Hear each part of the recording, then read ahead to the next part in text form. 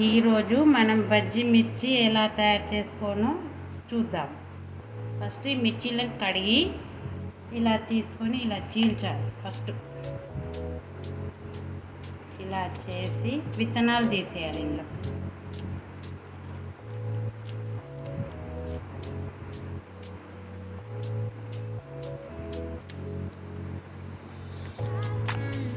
ఇలా మొత్తం అన్ని విత్తనాలు తీసేయాలి. అలా అన్నీ చేసుకోవాలి. ఇలా చేసుకున్నాక దానిలో స్టఫ్ చేయడానికి చింతపండు నానబెట్టుకోవాలి, నువ్వులు వేయించాలి. తర్వాత ఈ ప్రాసెస్ మళ్ళీ చూపిస్తాయి. కడిగి ఒకసారి ఇట్లా వాటర్ పోసి నానబెట్టాలి. 5 minutes నానితే సరిపోయింది. మిర్చి బజ్జీకి పిండి ఎలా కలుపుకోవాలో చూపిస్తాను. 1 కప్పు శనగపిండి, 1 కప్పు శనగపిండి తీసుకుంటే 1/2 కప్పు బియ్యం పిండి తీసుకో. Chilli powder 1/2 teaspoon, salt 1/2 tea spoon,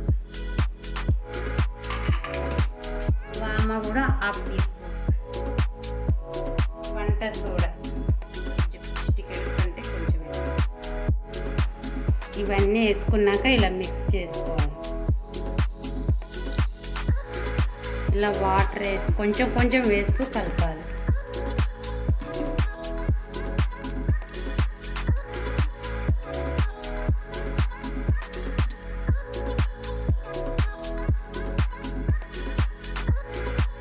water వేసి ఇలా కలుపుకోవాలి. ఈ పిండి దోశ పిండి కంటే కొంచెం గట్టిగా ఉండాలి. ఇలా ఈ విధంగా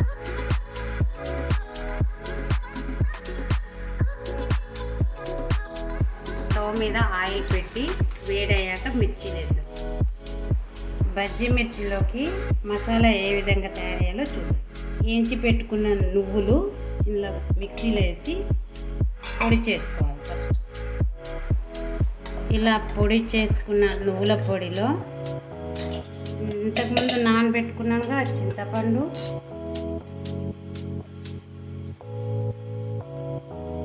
సాల్ట్, బజ్జీ పిండిలో కలిపాం కాబట్టి సాల్ట్ లైట్గా వేయాలి.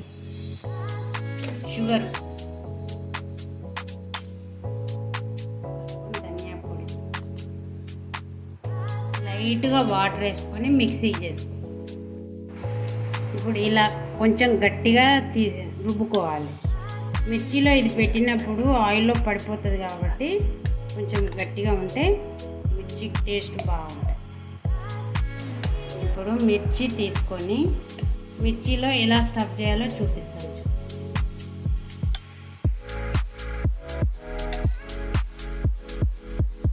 అన్ని మిర్చీలు ఇలా స్టఫ్ చేసి పెట్టుకోవాలి.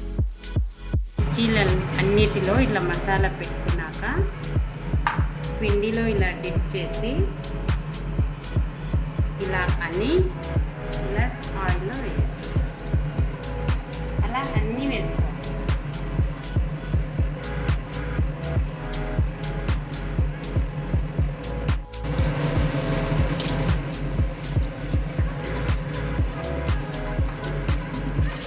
కలర్ వస్తే మిర్చి అయిపోయినట్టు.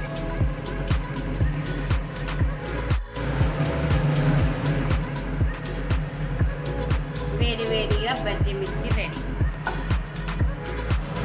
వేడివేడి మిర్చి